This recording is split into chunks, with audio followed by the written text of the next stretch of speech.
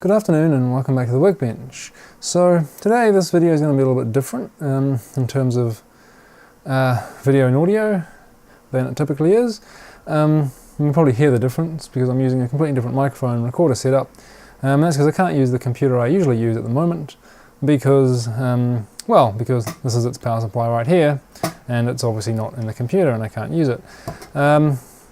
So this morning I went to power up my workbench computer to continue shooting the video on the second part of repairing the inverter that I was doing the second video on, to replace those MOSFETs, if you've seen the previous video on that. And when I hit the power button on my computer, well, nothing happened. And I stuck a USB power tester thing into one of the USB sockets, and it proved to me that the 5V standby was not correct. It was about 3.8 volts and it was sort of pulsating, so I think the 5V standby power supply in this was sort of power cycling or something, and there just wasn't enough voltage to make the motherboard start up. And this has happened before. Probably I noticed it first maybe a week or two ago. Immediately after plugging the computer in, trying to push the power button, didn't work. If I left it alone for maybe like 15-20 minutes, it would work. And that's a classic sign of bad capacitors, basically, is when they're starting to get marginal and the ambient temperature is kind of cold, and I mean, we're going into autumn now here, so the temperatures are starting to be quite cold in the morning. If the capacitors are marginal, they're failing, the ESR will go up when they're cold. I mean, that just happens anyway. That's just a typical property that changes with temperature. The ESR will go up as they get colder and go down as they get hotter. But when they're halfway failing, when they're marginally faulty, the ESR will go down when the weather is cold to the point that they won't work properly. And then if you wait for them to warm up a little bit, probably heat from the power supply itself. I mean, the power supply was running, it was producing a voltage, so the capacitors would have been heating up over that 15 minutes. It just wasn't stable 5 volts until they warmed up to the point that the ESR dropped enough for the power supply to actually function properly. So clearly that's most likely the issue here in this case, and I proved that again this morning. I waited about 15 minutes and finally the voltage went up to 5 volts, became stable, and then I was able to turn the computer on. This is that's what I expect anyway. In fact, I've got a bunch of capacitors here. I intended to recap this basically a long time ago, but never got around to it because it still worked, and now it doesn't, so I'm going to bother doing it. So this is a Antec Basiq 350 watt power supply, nothing particularly fancy. And you might say, why am I using this? Well, it's because my workbench computer uses a small case, sort of an HTPC style thing, which I wanted because it saved space and it was given to me free by a friend of mine who didn't want it anymore. And this power supply came with it, which you didn't want because it's not particularly great, but it's kind of needed for that case because it has the 80mm fan. The way the case is designed, it only works with power supplies that have this fan on them, because of the way it's designed. The air has to come in through the back, through this, and come out through here. If you had one with a fan on the bottom, that's basically right up almost against the bottom of the case, and there's basically no airflow, so it doesn't work. It would just overheat. Because that's the bottom of the case there is actually the outlet, so the air is supposed to come out the back, get ducted around through a duct, and actually exit out like this through the bottom of the thing. So if you had a power supply sucking air in through here, it's basically sucking air in through the outlet, and then it's trying to blow it out through here, which would then just blow back into there. So the air would actually just recirculate round and round through the power supply until it just overheated. It just wouldn't work. So it has to have an intake on this side and not here, and the air has to exit here. So that's why I was using this power supply. Not that I particularly want to, because it's not a great power supply, but it's kind of the only one I had that was it had enough current to run the system I run, and actually has the right fan configuration to work in the case. So yeah, that explains that. But these power supplies are known to have pretty bad quality capacitors in it, and this is no exception. It has, I think some of the early ones use the really bad, is it Fahuyu? I'm not sure. The ones that are complete garbage that just fail when you look at them. This one, I believe I can see through the side. I don't know if you can see that, but it's a TPO, which are not as bad, but they're not great either. They're also known to be pretty bad, especially if they get too hot. And of course this power supply gets quite hot because of the restricted airflow and everything. I'm actually going to do a little bit of work on the case. I'm going to cut out a hole in the bottom where the exit vent is and actually add a fan so that I can get a bit better airflow through it.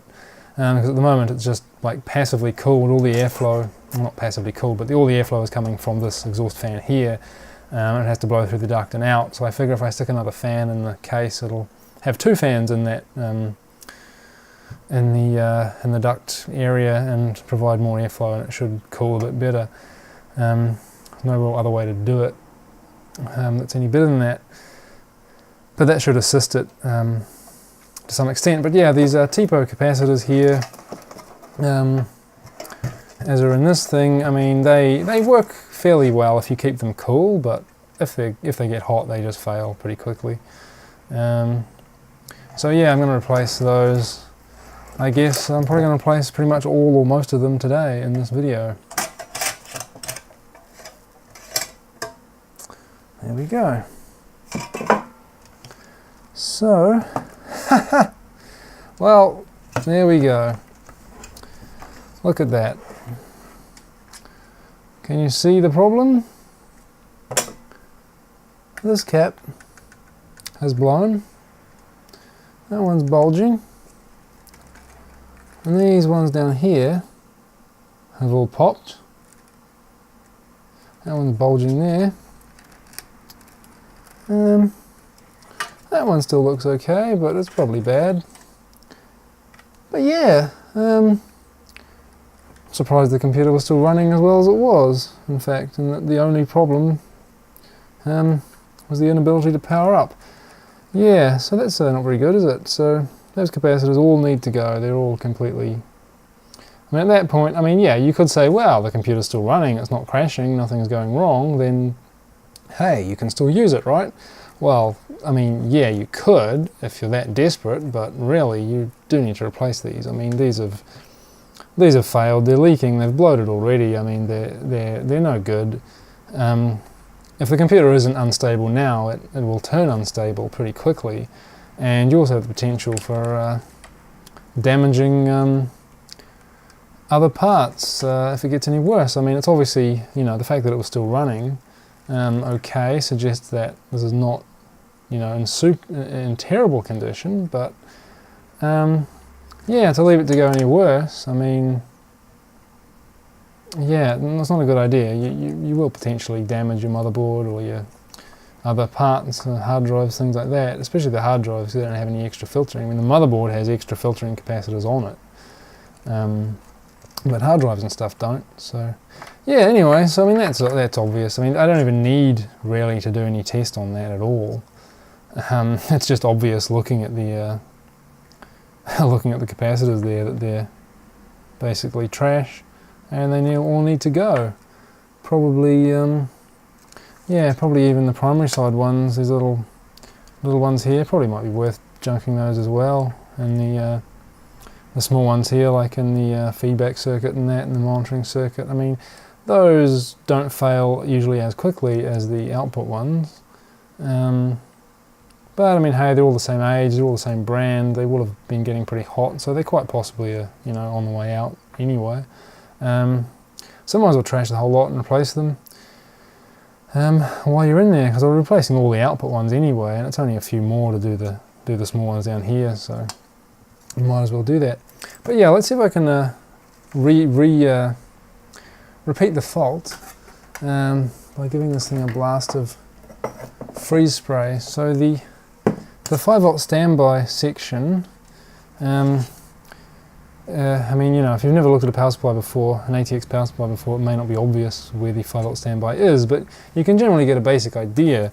I mean, the purple wire, unless this is some weirdo Dell thing where they use different colours sometimes on some of their versions or some other thing like that, but generally the ATX spec standardised all the wire colours, so this purple one here is always the 5-volt standby in just about every case.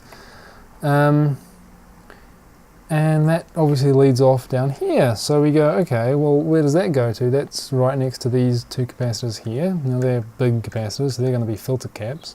So it's kind of obvious to say, well, you know, that's where the 5-volt standby supply is going to be somewhere. And if we look down here, I don't know if I can get this on the camera so I can get some extra light. There's a little like 8-pin chip. Was that a 6-pin? No, it's an 8-pin. A little 8-pin chip there where I'm just shining the torch on. That's, well, is that going to be a primary PWM controller, or could that be a discrete? Could be the 5-volt standby controller. See if this, I'd expect like a TL494 somewhere in this. They might have a surface mount one on the bottom. But I mean, these transformers, you've got 3 transformers, that's going to be the main transformer. Then you're going to have this this transformer and this coil, probably like a drive transformer, which drive the primary transistors, and these are probably not even MOSFETs. They might be bipolar ones, this might be pretty old kind of style. And then you've got this transformer here, which is most likely the 5-volt standby transformer, because it's right next to these big caps here, which are next to that 5-volt standby wire, the purple one that comes out here. So you just sort of look at what's next to each other. I mean, if you want to verify it, you take the board out, look at the underside, look at the how everything connects together with the different traces and all that. I mean, there's a few transistors, there's a big diode there, right there in the middle where I'm shining the light. So that's probably the 5-volt standby rectifier diode. There's a couple of transistors. It could be those transistors are some kind of self-oscillating design that's driving this transformer, or it could be that chip over there, like I said. If it is that chip, I don't know what's driving the main power supply for these transistors, but like I said, there might be a surface mount 494 or something like that on the bottom side. I mean, this chip is the supervisor and feedback thing that checks all the voltages and all that, generates the power good signal, or at least it should do. So that's not the primary side controller, that's the secondary side controller. But yeah, I mean, we'll see if we can get that out. But I mean, this is definitely the 5-volt standby section, and these capacitors are most likely the 5-volt standby capacitors. I mean, I say without a doubt they are, because there's nothing really else in the vicinity that could be. These are all the main output ones over here. So I'm going to blast those two with the, oh, there's 3 of them. I'm going to blast all 3 of those with the freeze spray, and then I'll plug it back in, and we'll probably see the, problem will probably come back. So that's a good way to prove, you know, if the thing is the fault, because it's obviously thermally dependent, most likely. So if we just hit that there,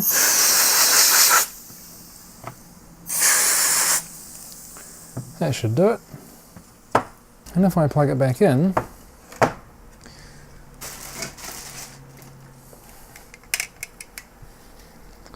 we should be able to see that the 5-volt standby should fail, theoretically. So let's just chuck that there. Now, of course, this is live with mains voltage now all around this area, so we don't want to stick our fingers too close to that. So I'm just going to stick that over there in the corner.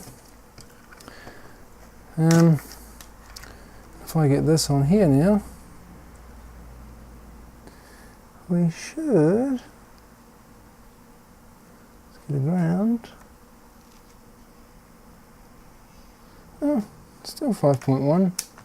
Maybe it needs a load on it to go wonky. Let's see. These things are typically good for 2 amps, I think. What does it say here? 5V standby, 2.5 amps. So we go for a 15 ohm resistor here. That'll be something, you know, about 400 milliamps. Something a bit less than 500, but not too low. So if we just chuck this between a ground pin and the 5V standby, and then we hook this up to here, and if I switch it on, that will probably help. Switch that on. Yeah, so our 5V standby is now at 1.8 volts, and that's with a load that's, yeah, less than 500 milliamps. So it's like less than a quarter of what this thing's rated for at 2.5 amps. So we can definitely see, you know, it doesn't even hold up to that load whatsoever. Yeah, I mean 2 volts, it can't even, there's no way it should fail on that. It's going up slightly as the capacitors warm up, and if I was to sit there for 15 minutes, it'll probably go up to 5 volts eventually. We don't really want to do that. But yeah, I mean, look at the output current it's supposed to be able to produce. It's supposed to be able to do 2.5 amps. I'm drawing like, yeah, less than 500 milliamps, and we're not even getting the full voltage. So it proves that it's completely hopeless, and obviously those blown capacitors are the problem. So they're obviously marginal. When they warm up, they work enough to get the voltage stable enough to work, but before that, they're completely hopeless. Alright, so let's take this thing apart and get some access to the board. So this is pretty typical kind of construction for one of these older style power supplies with the single 80mm fan. Usually 4 screws around there, and like I said, this one has the extra screw on the back there, which is not typical. Most of them just have 4 on the board. Obviously worth noting, these capacitors may well still be charged, and you don't want to stick your fingers on those. So when you're taking the board out of the case, just be careful you don't stick those with your finger. Don't stick your finger on their leads. So just handle the board by the edges while you take it out. Now sometimes they've got cable ties holding the cable wiring to this. I mean, this one's got a little hole there. Typically a cable tie would go through there and around here. Probably was one there, and I've probably taken it off. Possibly.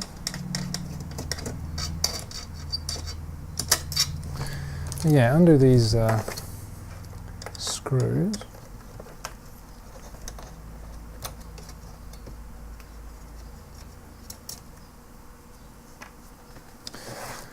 And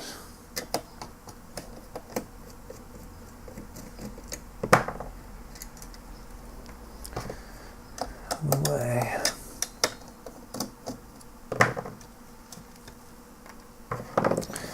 So now the tricky part is trying to route this thing out of the actual case. So we've got the mains wiring coming in from the sockets here.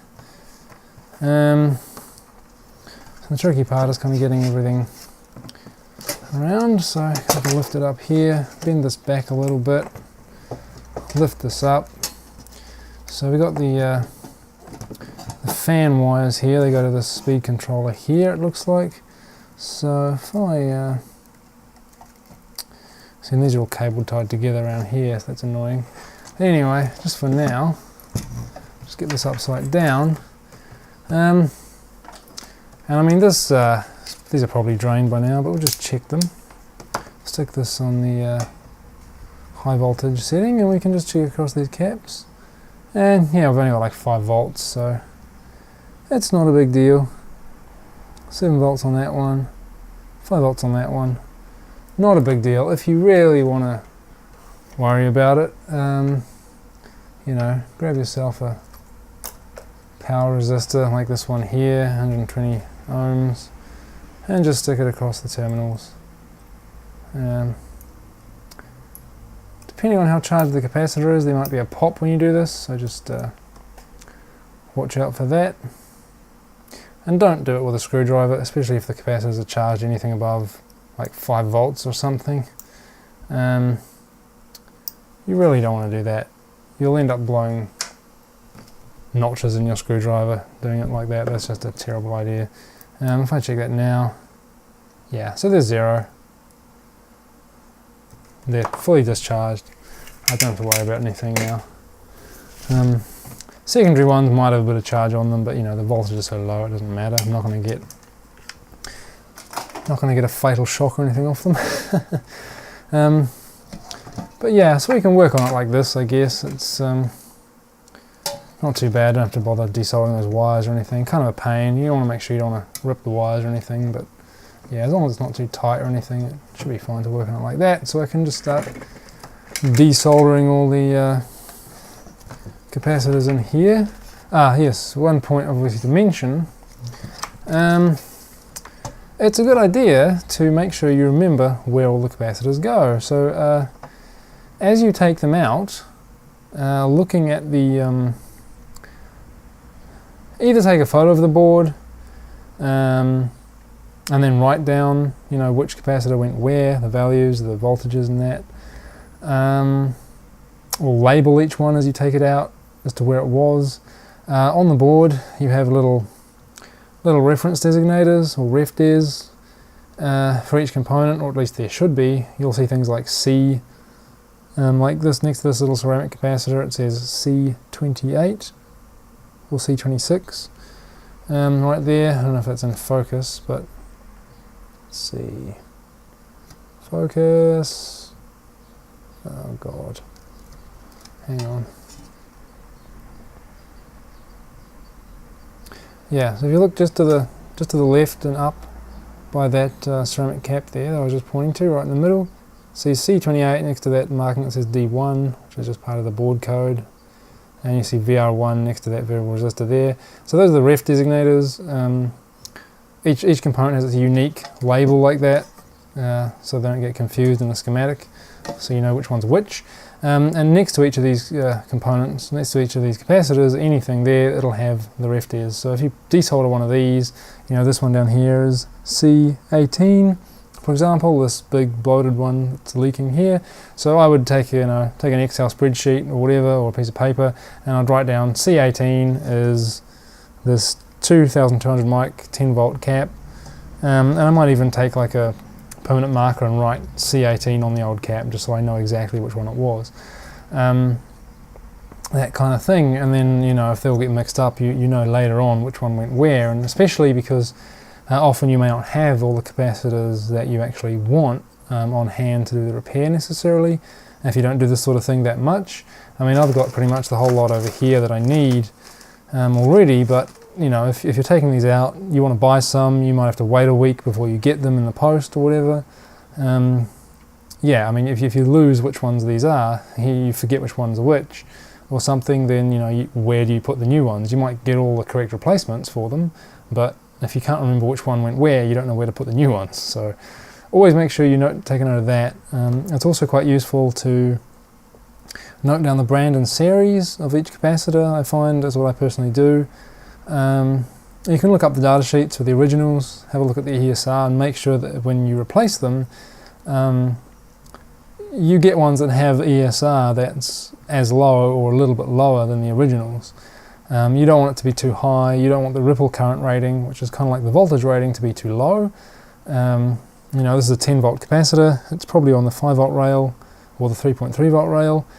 I would not want to replace that with, say, a 5 volt capacitor, or a 6.3 even, or anything lower. You know, that'd be a bad idea. You want it to be 10 volt. You could go up to a 16 volt, that'd be fine, but you know, you wouldn't want to go lower. Same with the ripple current rating. Those aren't written on them, but it is in the data sheet. If you look that up, you know, this might be, say, 1500 milliamp ripple at 120 kilohertz or whatever, or 20 kilohertz or something. I think they spec it out usually.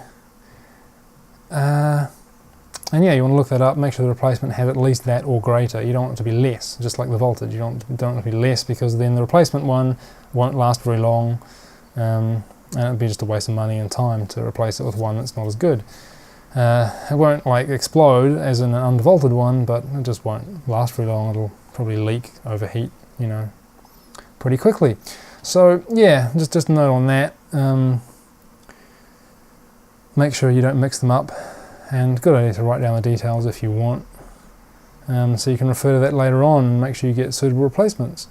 The only other thing to note before desoldering them is if you are testing the ESR, if you have an ESR tester, when you desolder them, of course the capacitor will get heated up because the soldering iron is hot and you're touching the leads directly with the soldering iron. That will cause the ESR to drop because, like I said, that's how they work. The ESR goes lower as they get hotter, it gets higher as they get colder. That's just how electrolytic capacitors are, whether they're faulty or not. Of course, when they're faulty, those ranges will be more extreme, and that's where you get the problem, but in general, that is the case. So if you were going to test the ESR, don't test the ESR immediately after desoldering them. Desolder the whole lot, stick them to the side, let them cool down or put freeze spray on them or something, and then test the ESR once they've got to room temperature or something thereabouts.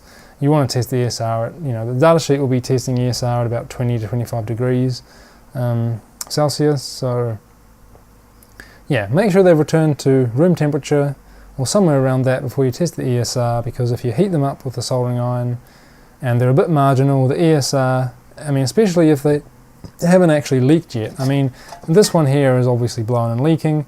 These two right next to it are not blown, they're not leaking, they're not even domed, they're still completely flat on top, but they may also be bad.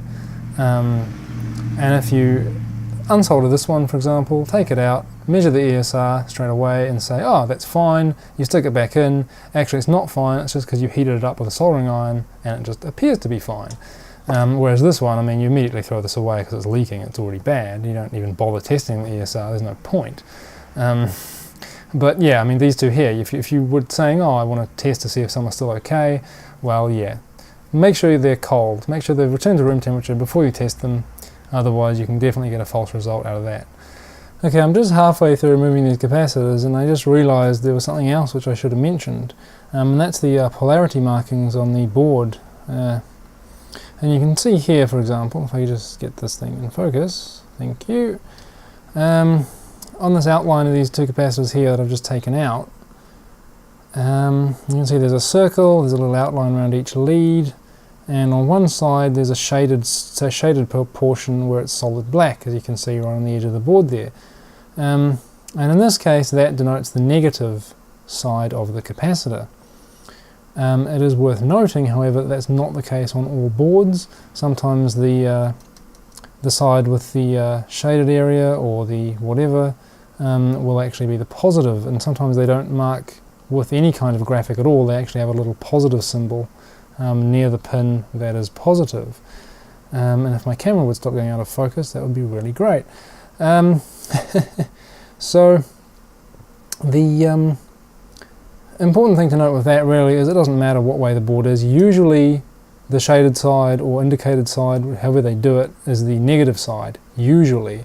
Some boards, especially ASUS motherboards, they do it backwards. They have the positive as the shaded side, which can be really confusing if you don't realize that at first, because you can take all the capacitors out, you can not notice that, and then when you go to put them back in, you put them all in backwards. You don't want to do that, obviously. So, or they definitely will blow up, or at least appear as a short circuit and possibly damage some other components in the board.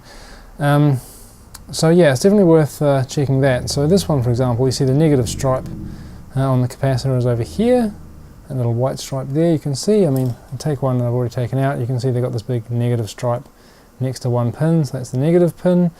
Older capacitors mark both sides, positive and negative.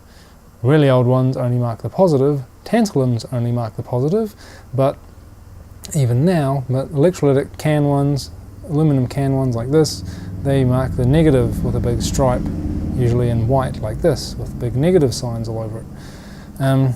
So we can see that's obviously this side facing towards that coil there. So we don't know, let's assume we don't know which way around these are. So what I can do is I can desolder that and look at which is this negative stripe here pointing to that black graphic there, the shaded portion, or is it pointing to the non-shaded portion? So I'll just desolder that now. The battery did have to go completely flat, didn't it? at that point, but here we go, the capacitor just came out. So we can see the negative side is here with the stripe. As you can see, we saw that from the top when we looked at it in the board, the white on there. So remember that side was pointing towards that coil, away from the edge of the board. And if I flip this back over again, we can see on the silk screen, ta-da, the silk screen there, get that in focus. You can see the shaded side is next to that coil and it's not at the edge of the board like these ones are.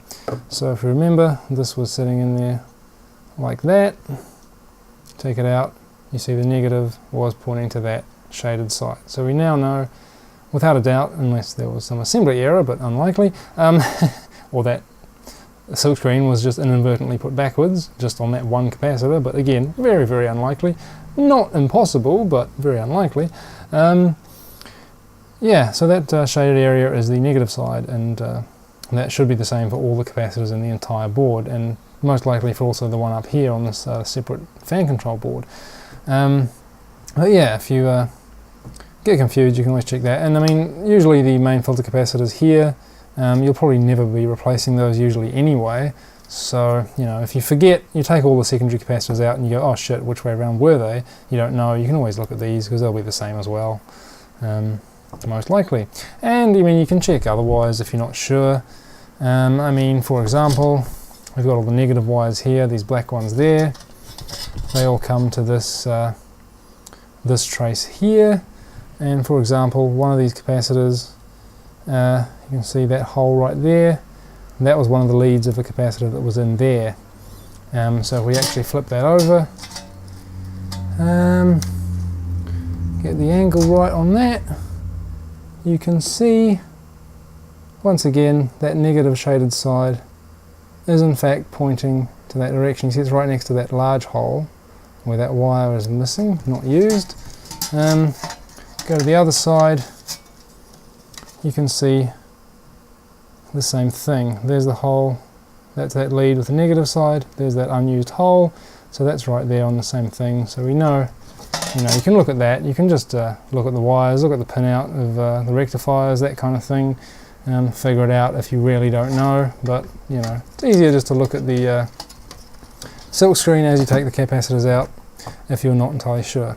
But yeah, just thought I'd mention that because some people do get confused by it, especially with different systems, because they don't all necessarily do it the same way. Most of them do it this way, most of them mark the negative with a shaded portion or a solid portion or something, but not all of them. Some do mark the positive with a little plus sign instead, and there is no shaded portion, and some, like Asus motherboards, mark the positive with the shaded section just to piss everyone off. Okay, so I decided I'll just do the 5V standby capacitors now and give an idea of how to remove them if you've never done that before.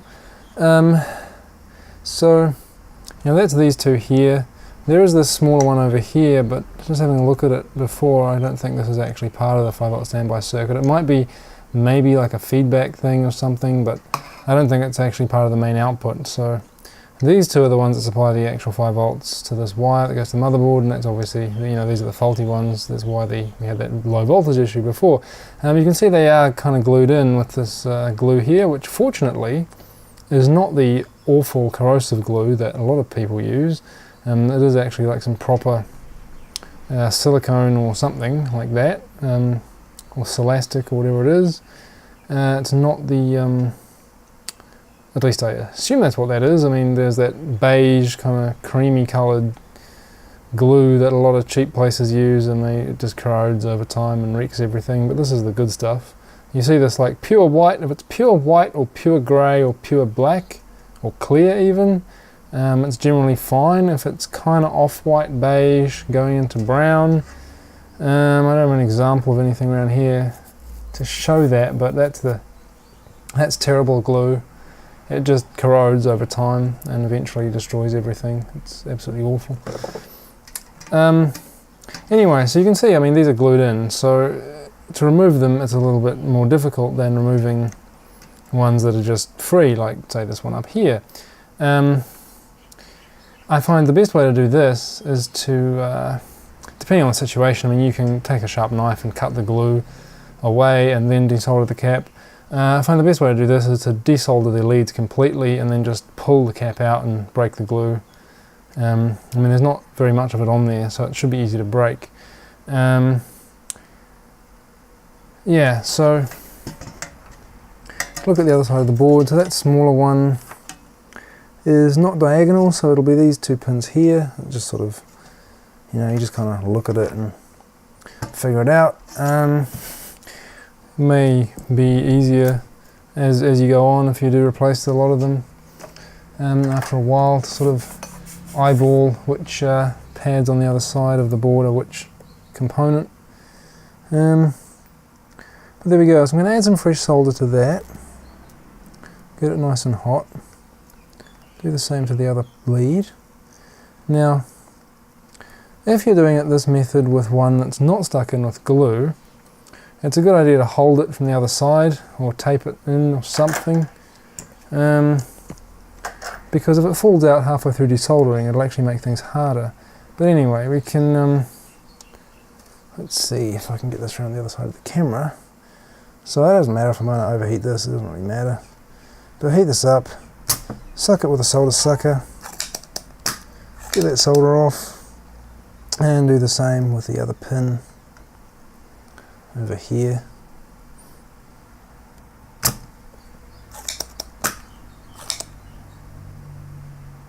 See, has it come off? No, I don't think that's totally come off.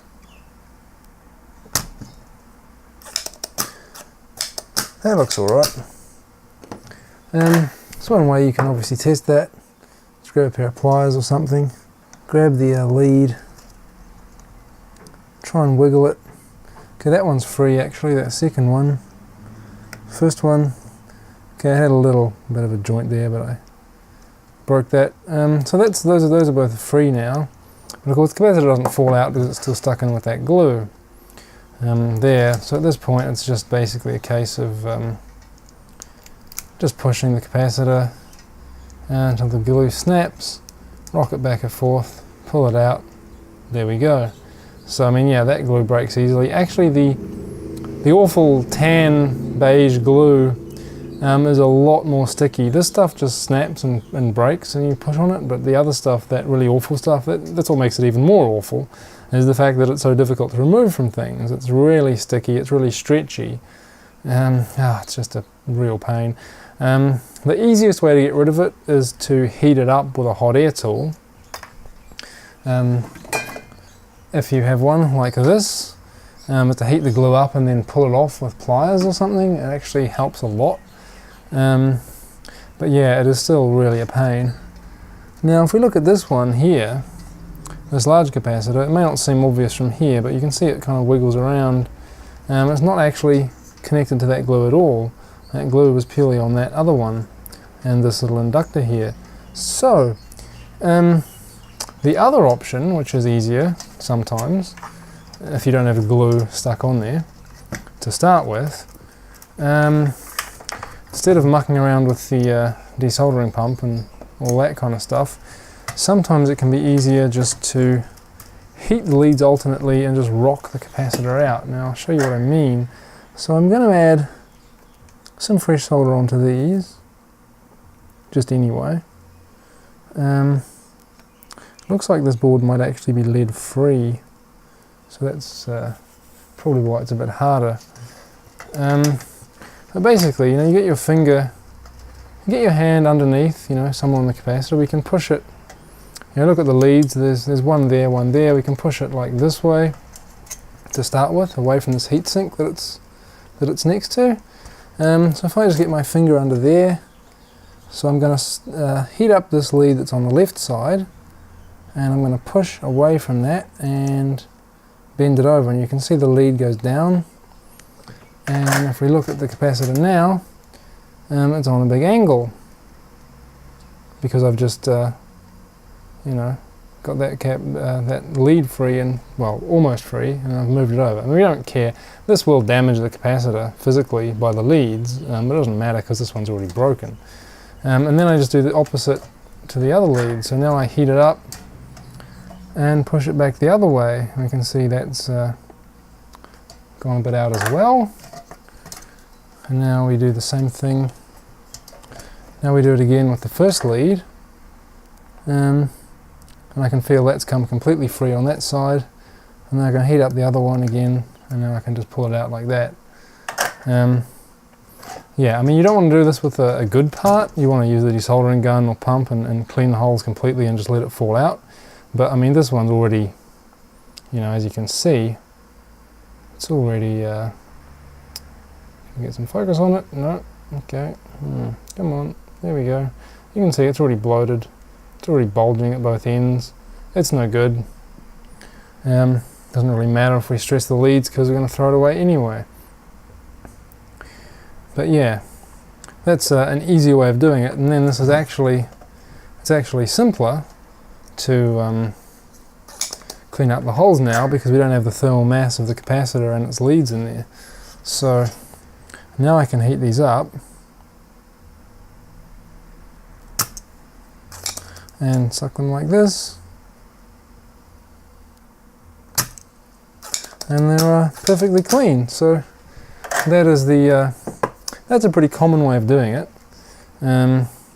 Hopefully that was obvious enough. Yeah, I mean that's one way. You can see the holes are nice and clean now.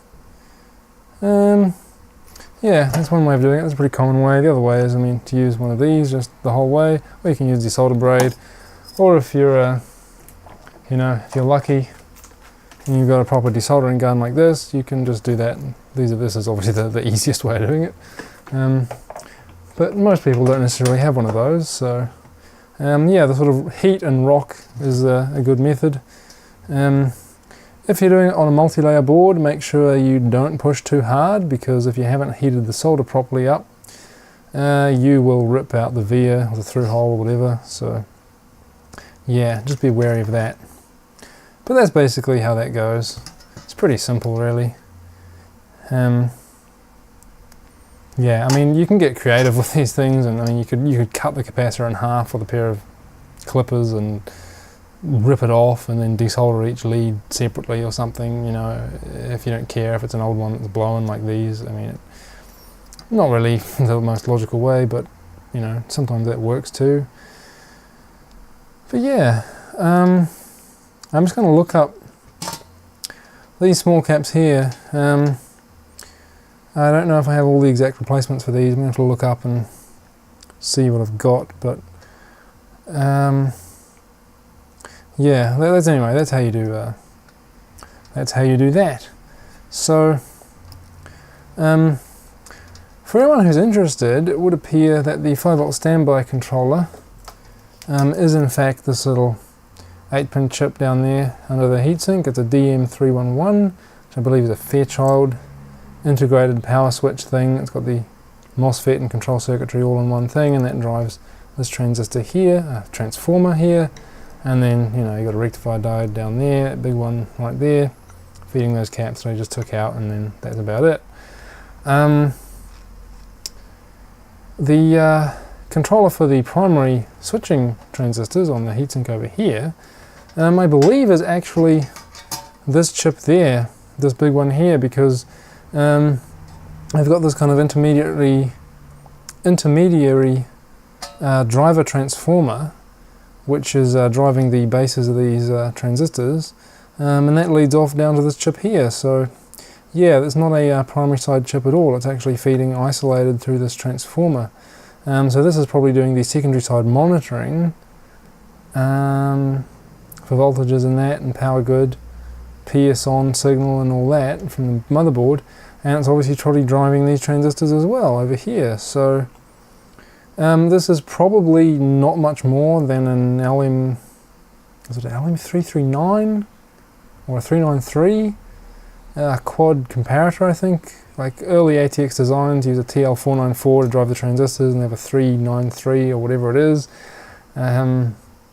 to monitor the voltages and generate the signals and stuff like that. This is probably nothing much more than just those two chips integrated in one package. Most likely, maybe some extra stuff for sensing maybe some more refined sort of circuitry for sensing voltage levels and generating the power goods signal, stuff like that. But effectively that's probably about all it is, really. So yeah, that solves that confusion mystery. I was kind of, I kind of expected that, because a lot of these power supplies, they have this chip as just the secondary side IC, and then there is a primary side IC somewhere else driving the transistors. But yeah, that's probably how that's working. Yeah, so anyway, on with the recap. I guess I'll come back when I've actually replaced all the ones that I can replace. I don't know if I can replace every single one. I would like to, but yeah, I think maybe a couple of these smaller ones I don't have replacement for that are suitable at the moment, so I might have to come back and do those later. I'm also considering modding this fan control circuit, or maybe just wiring the fan so it just runs at full speed all the time, because that might be a good idea. These things are kind of a bit conservative in their fan approach. They often make the fan run a lot slower than is really necessary, just for trying to get it as silent as possible, which isn't necessarily a good thing, especially when you're in a kind of cramped case. So upping the airflow and power to this might be a good idea. So yeah, anyway, I'll reverse engineer this, try and figure out how it works, I guess, and see what I can do to it. Okay, so I'm just putting in some of the new capacitors here. Put these three there in. I'm just about to put this one in. I want to note something about these. Now, the ones that I've got as replacement are actually taller than the original ones. As you can see, they're about 10 millimeters taller than the original. These are 20, these are probably 30. So it is worth noting that these output wires here will sort of have to be pushed over by the case, flush against here, when it's installed in the case. So I've got them like pulled over here, whoops, just for working on, but when they put it back in the case, this will be pushed over. And some of these capacitors do need to go in like underneath these wires. So it's worth noting that these taller ones, the wires may push them to some extent. So it's a good idea, and we can see we have some room in there where this can rock back and forth. So it would make sense to push this right over next to this coil, I believe, and have that there, held in that position when I bend the leads over, and sort of get that aligned that way, so that when I put the case back on and it pushes the wiring over like this, it's not going to put strain on the capacitor and on its leads. If I soldered it in with it facing that direction and then put the case together, the wires will be pushing that cap over and potentially stressing the leads at the bottom of the cap where it enters the body, and they could, cause a problem, could put strain on them, make it make the air get in, make the capacitor fail over time. So we want to keep that sort of pushed over here as far as possible, where it will be pushed eventually by the wires, and we just want to solder it in while it's in that position, to just make sure it doesn't have a problem. So what I'm going to do is hold it sideways like this. I'm going to solder in this lead here, and then what I'm going to do is I'm going to push down on the capacitor, like I said, to put it close to that coil, and I'm going to heat it again. We can see it move slightly, and then I'm going to take that off and let it cool. And I'm going to do the same with the other lead, and we can see it is sort of on an angle facing towards that coil rather than anywhere else, and that means that when I put the wires, you can see it moves a little bit, but in fact actually it does get pushed over a little bit, slightly a little bit more. I think it's okay at this point. Yeah, I'll give it maybe a little bit. It seems to kind of go diagonally that way, so push it a little bit that way and heat this up again. But yeah, just to make sure that it's not going to get too much strain on it when it's everything's put back in the case. Just something to note out for, that I've noticed, especially because most of the high quality capacitors are often taller than the originals. So again, I'm just going to push that over there, wait for that to cool. Put my thumb on the capacitor, pushing it that way. So you can see it's soldered in, now it's like that, and that should, you know, be quite snug in there. It's probably not a huge difference compared to the original one because of the way these wires don't actually go over the top, but you know, for these two here that go down there, I'm going to have to probably, maybe have to pull the wires a little bit like this, and then route the capacitor route the wires around the cap, maybe pull this down a little bit, and you know, have these around the side, and then have the capacitors here, like this and there, so then the wires will be there, because for example this one for the 12 volt rail is much taller, so you know, how is this going to get in? To fit all these wires in, you know, I have to pull that possibly like around here and sort of squeeze that in like this. May even want to get, you know, I can put these like on top. That's probably a good way of doing it, for example with this one. So the wires are not pushing the capacitor in any particular direction, and they're just sort of sitting down on it rather than anything else.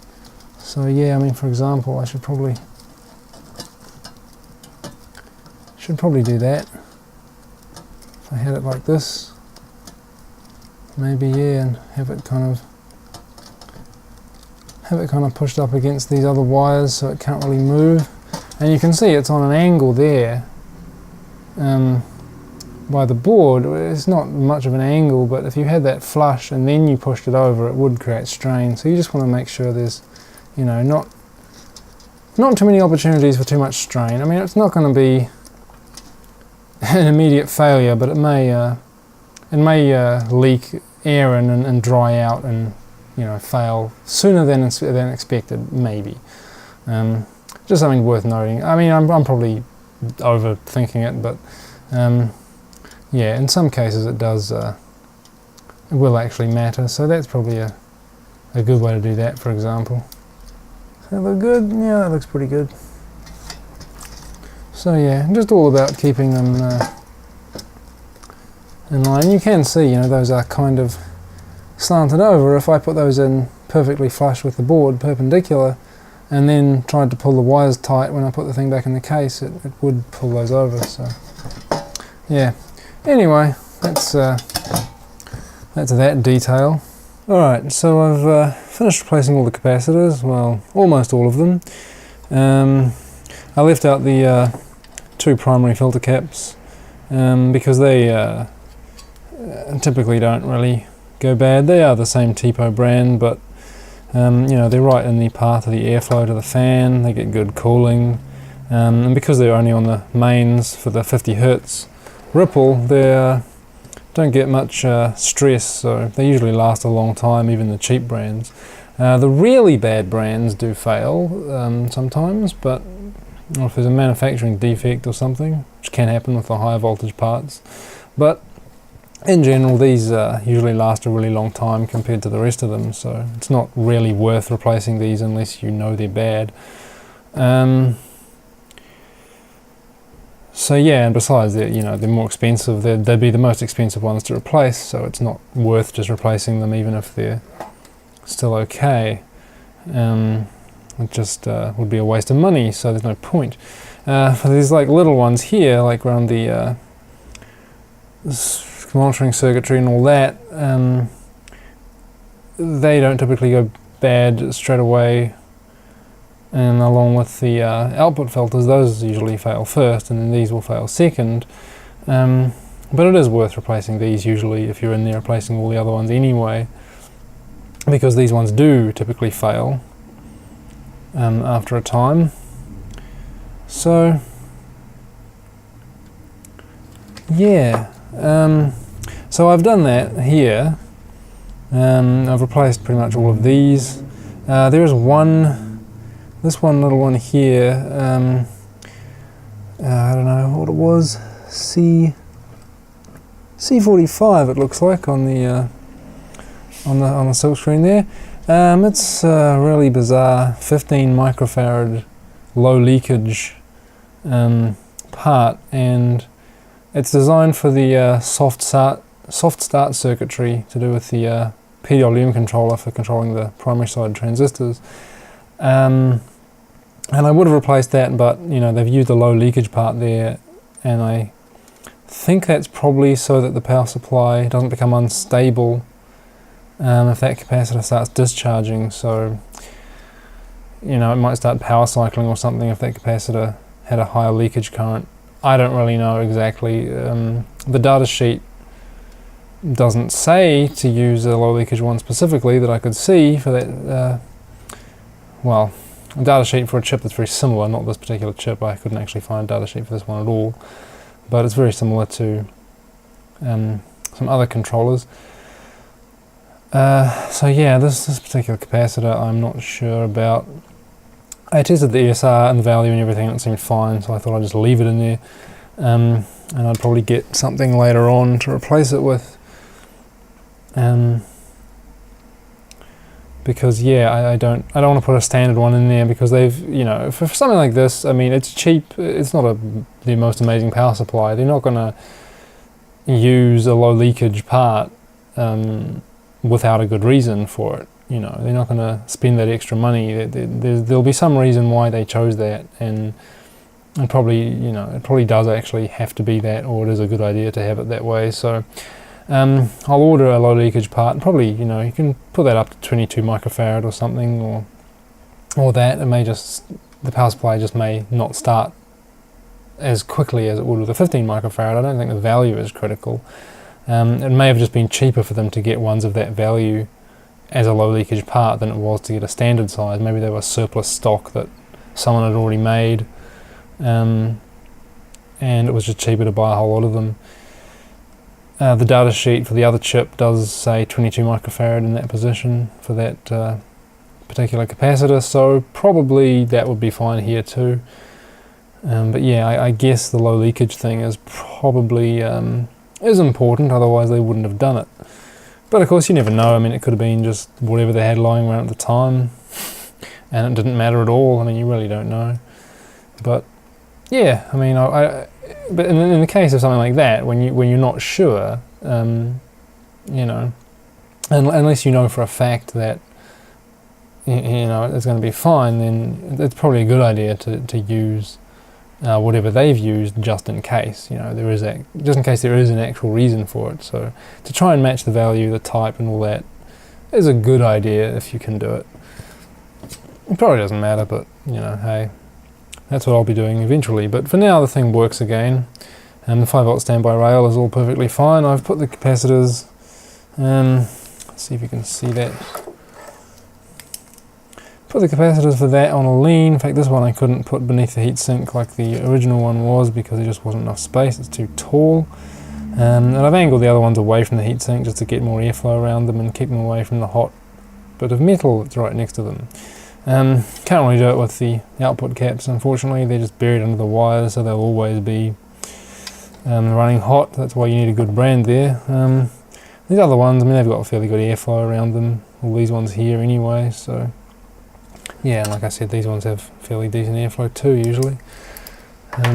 Being in the path of the fan, I mean, the fan is here, you know, the most of the airflow is going to be along the top there and along the middle. Down here, not so much, because the way it's designed. I mean, there is a vent here, but yeah, anyway, that's just how it is. So yeah, what I'm going to do is also change this fan controller. I'm going to modify it. There's a little quick modification you can do that I've found about online, is to put about a 2.5K resistor in parallel with the thermistor. So the thermistor is down buried below that coil. You can't really see it here. There's this little brown wire there that goes up to this board. So the thermistor is down here. It connects from this board via that wire there, and then the other side of the thermistor just goes to ground. So what I'm going to do is on these two pads here, one of those goes in parallel with the thermistor, which is over that wire, which is this one here, and this other pad here is ground. So across these two pads here I can put this 2.2k or 2.2 to 2.7k or thereabouts. I think across these pads that'll effectively put it in parallel with the thermistor down here, and that should allow the fan to run at a default higher speed, because the default speed at this when it's cold is quite low, and I don't really I think it's a good idea, especially as I said with the case being so small and kind of cramped. I think a faster fan speed would be a good idea.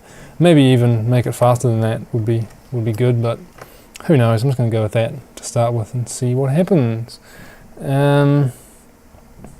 So I guess at this point it's really only a case of just verifying the 5V standby is actually fixed.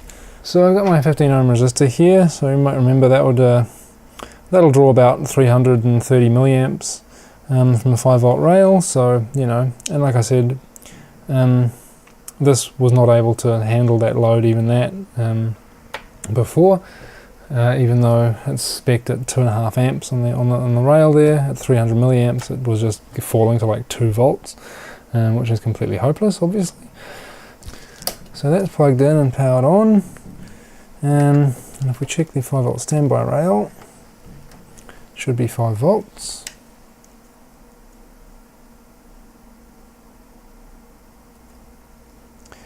Which it is, so we get 5.08 volts. That's with no load. I mean, that's what the old capacitors did. They were 5 volts at no load. That was fine. But if we add an actual load to it, ground there. So I put this resistor between ground and 5 volts. So that'll give us, like I said, about 300 milliamp draw. And if we divide 5 by 15, and if this would sit like that, that would be great.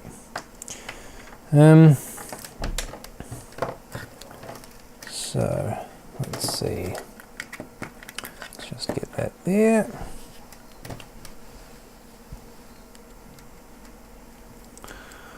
And I put these probe leads on here.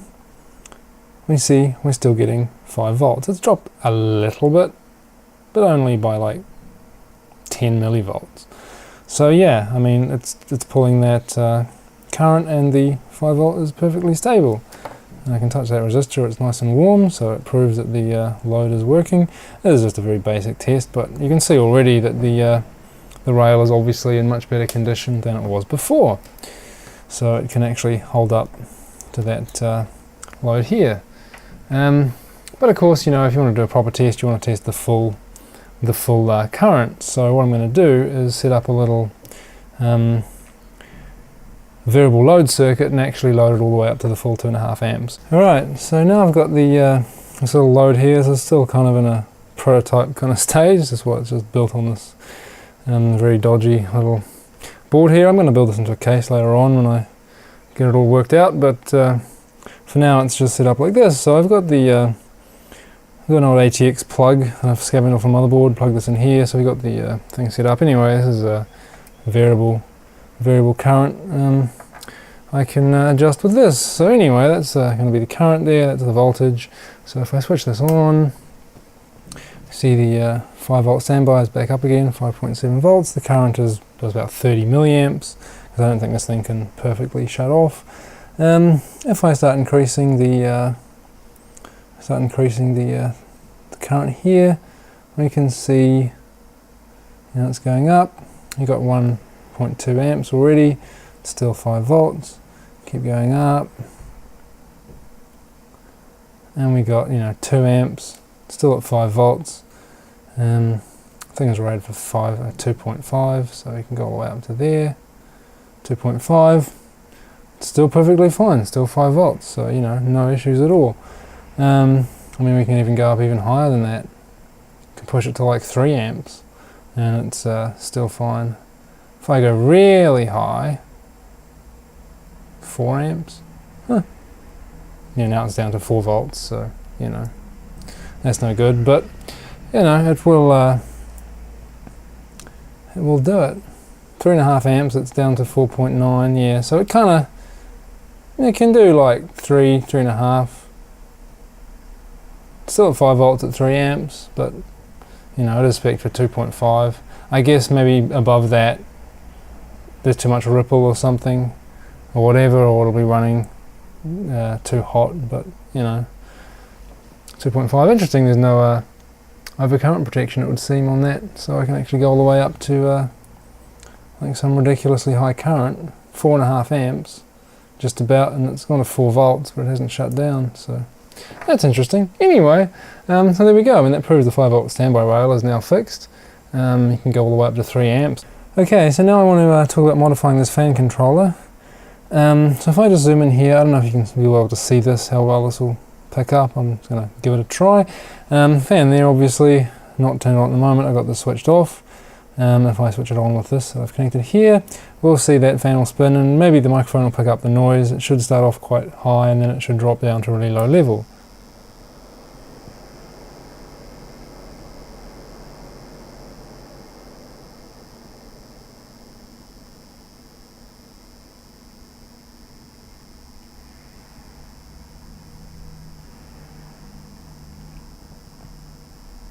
So yeah, I'm not sure the actual RPM of that, but it is pretty low. You can barely even hear it at all.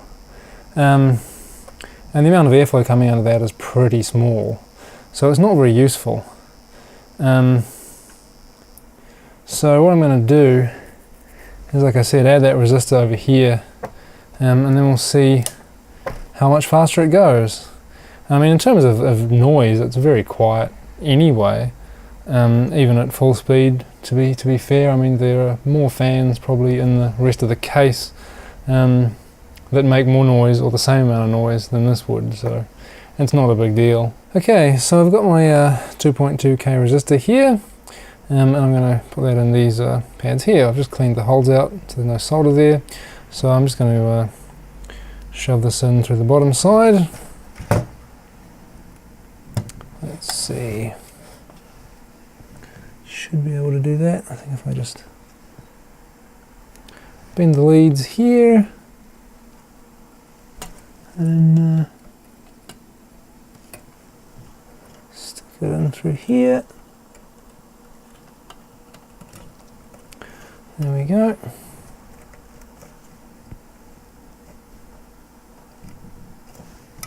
So that's in there, and hopefully you can see that. See where I've just put that resistor, so that's all good. Like I said, this will be in parallel with the thermistor that's already in the power supply. So yeah, it's so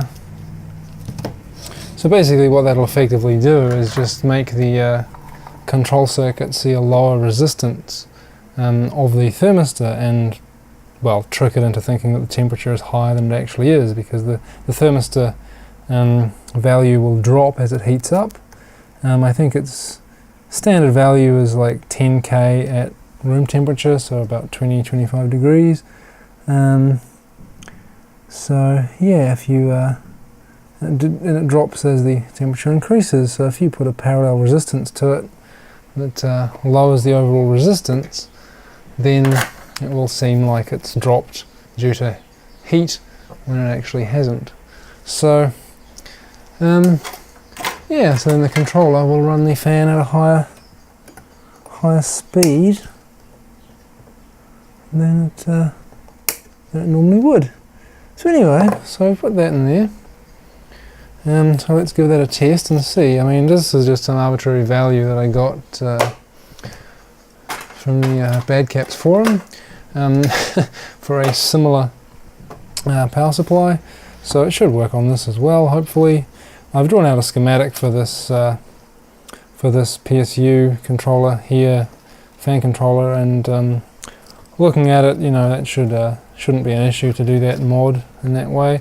There are other resistors, I think, which may be changeable to get like a better like response curve or something, if you want to like change it without affecting the actual sensor reading or something. But I mean, you know, this way obviously works, I think, and I don't think it's a big deal. It should be fine. So I would like to know, you know, what is the proper way of doing it, or whatever that would be, you know, to analyze the circuit fully. But I don't think it's fully necessary in this case. It should work anyway. So turn this on. So like I said, I'll try and get the fan in shot there. So should go to full speed.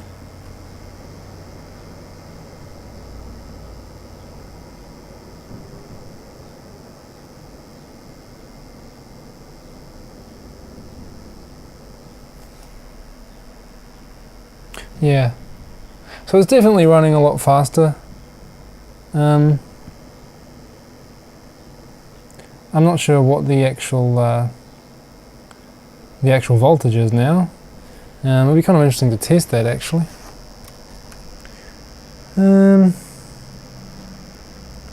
Let's see. I think the fan output was these two pins here. So let me just grab this meter again and put this on here. I think I recall it being about 7 volts with the standard configuration when I tested it. So it'll be interesting to see what this is at the moment.